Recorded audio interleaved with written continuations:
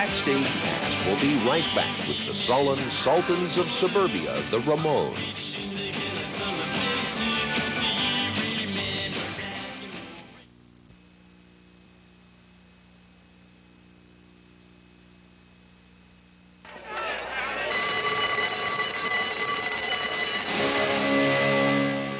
Teachers call them delinquents. Girlfriends call them adorable. And they call themselves pinheads. But the rest of us call them the Ramones.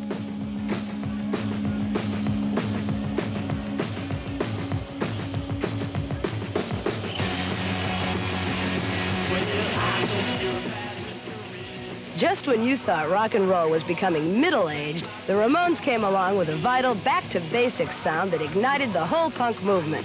Playing three-chord, three-minute epics, the Ramones set the stage for a sound unheard of since the early days of the Kinks and the Who.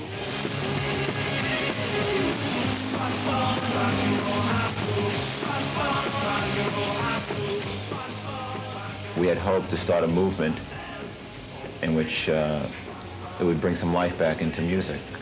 You had hoped that kids would see you and realize that you don't have to be playing for 20 years to play rock and roll, that rock and roll is more spontaneous, and that it's just supposed to be wild and exciting. At the beginning, we were going to try to do other people's songs, but we couldn't learn them, so we just wrote our own, you know?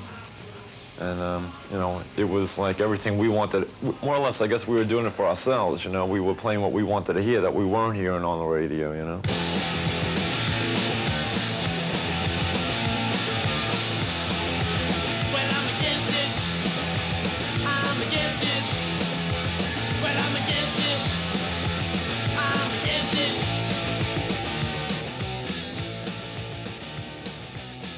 What first began as a kick in New York City soon grew into an international cause, particularly in Britain. The Ramones guided the way. We went to England on 4th of July, 1976, and we thought that would help spring up a lot of things, which it did. At our sound check, the likes of who would later be the Sex Pistols and the Clash and people like that came down to see our sound check and told us they had just formed bands after they had heard our album.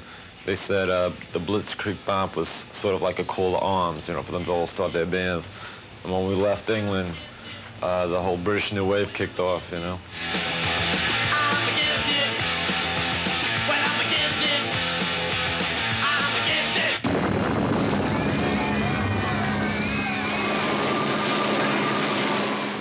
No one ever thought the Ramones would last beyond 1975, yet they've survived the decade with several albums to their credit.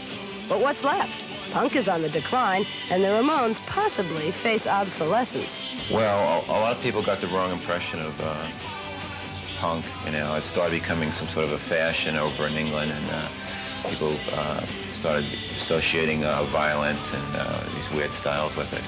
I think rock and roll was always meant for punks, but punks in the way of just rebellious kids who just don't want to, you know, just want to have a good time. The whole standards of the Ramones is to put the fun and excitement back into rock and roll.